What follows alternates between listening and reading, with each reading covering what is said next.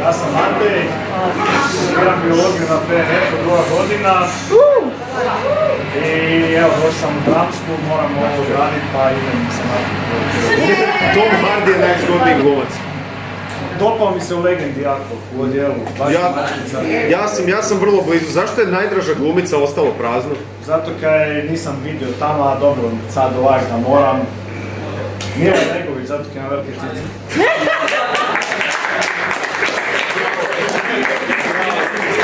Najdraži redatelj Michael Bay, jel vas ti zajebali? Ne, volim eksploziju.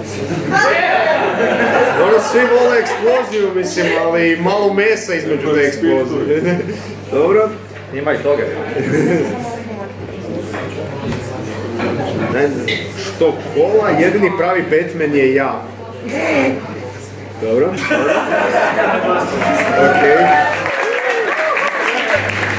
Skupio sam ženu prošli tjedan i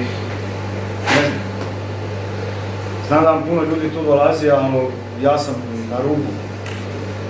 Ne znam, mislim da ako mi ne pomognete da ne znam koja mi je druga opcija, mislim da me sljedeći tjedan neće biti tu ako mi ne uspijete pomoći. Ona je bila ljubav mog života i ne znam, život bez nje je, ne mogu zamisliti život bez nje. Ovih nekoliko dana kad je nema, kuća je prazna, sve me podsjeća na nju, ne mogu. Okrenuo sam se piću, počeo sam opet kockati. Ne znam. Treba nešto ili prepišite, mislim, to je najbolje da vi odlučite. Ali, ne znam, bojim se da ću dignuti ruku na sebe, Ja ću prvi neke opaske dati. Znači, sviđa mi se, imaš ekspresija lica, imaš govor tijela, jedino je sve bilo malo previše statično, čisto zbog sjedenja. Hoće to kad sjediš. Cijelo vrijeme, da. I možda si mogao malo bolje pripremiti taj tekst prije. Činilo mi se da se malo vrtiš u krug sa tim tekstom, ali osim toga, što se ovih glumačkih stvari tiče, to je bilo zadovoljavajuće, prilično. Da vidimo dobro, odgovore to ćemo na kraju. Dobro.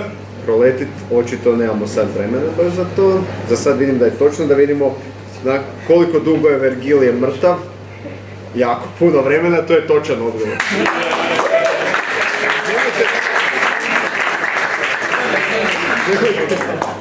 I da vidimo šta si napisao na tko su hemeroidi. Ne, nažalost, to je krivo bilo. Pitanje je bilo tko su hemeroidi. Mi sad postanu dovoljno veliki, mogu se odvojiti od tijela i postanu